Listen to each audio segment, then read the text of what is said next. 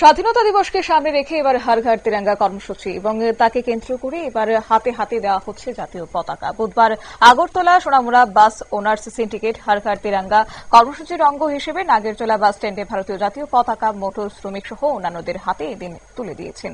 কি রয়েছে তাদের বক্তব্য শুনুন। আমাদের উপর কৃষকদের ইনকাম, কৃষকদের সম্মান দিয়ে দেওয়া হচ্ছে।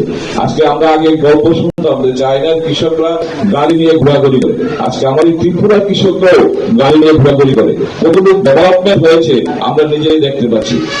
এখানে অনেক গাড়ির মালিক আছেন যারা কৃষি কাজ করেন। আমার সামনে দাঁড়িয়ে আছেন একজন, আছে না, উনিও কৃষি কাজ করেন। আজকে গাড়ির মালিক দেখুন কি সুন্দর সেজে এসেছে, ওনাকে গরিব বলা যাবে? এরকম অনেকেই সারা ভারতবর্ষের মধ্যে ধীরে ধীরে আমাদেরকে ডেভেলপ করে তুলে ধরছে। আজকে আর্থিক সমস্যা থেকে আমরা অনেকটাই দূরে চলে এসেছি। খাদ্যের জন্য আমাদের চিন্তা করতে হয় না। 80 কোটি লোককে ভারতবর্ষের মধ্যে দেওয়া হচ্ছে, কোনদিন ভাবা গেছে? আজকে আমরা শ্রীলঙ্কার অবস্থা যদি দেখি, মাত্র 2 কোটি লোকের সংখ্যা তাদের বাস, অথচ চালের জন্য তাদেরকে সংগ্রাম করতে হয়েছিল এবং তাদেরকে রাষ্ট্রপতি সেই দেশকে ছেড়ে যেতে বাধ্য হয়েছিল। আজকে আমাদের 80 কোটি লোককে ভালো মাননীয় মোদীজি আজকে কত বছর ধরে এবং আগামী আরো 4 বছর আমাদের মাননীয় মোদীজি ফ্রি চাল খাওয়াবেন ঘোষণা দিয়েছেন এবং খাওয়াচ্ছেন।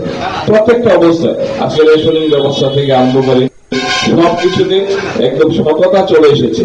আগে রেশন যখন আমরা 4-5 থেকে পরে যেটা যে আপনার চাল শেষ হয়ে গেছে, আপনার চিনি এখন নেই। অবশ্যই দিনের এই অনুষ্ঠানে উপস্থিত ছিলেন কর্পোরেটর তথা সাউথ জোনের চেয়ারম্যান অভিজিৎ মল্লিক। তাছাড়া উপস্থিত ছিলেন সংগঠনের সম্পাদক পান্নাগণ, সমাজসেবী তন্ময় ভট্টাচার্য, বাস মালিক তথা সমাজসেবী কমল দেব সহ অন্যান্যরা। নিয়ে নিচ্ছে ছোট্ট একটি বিজ্ঞাপন বিরতির সঙ্গে থাকুন।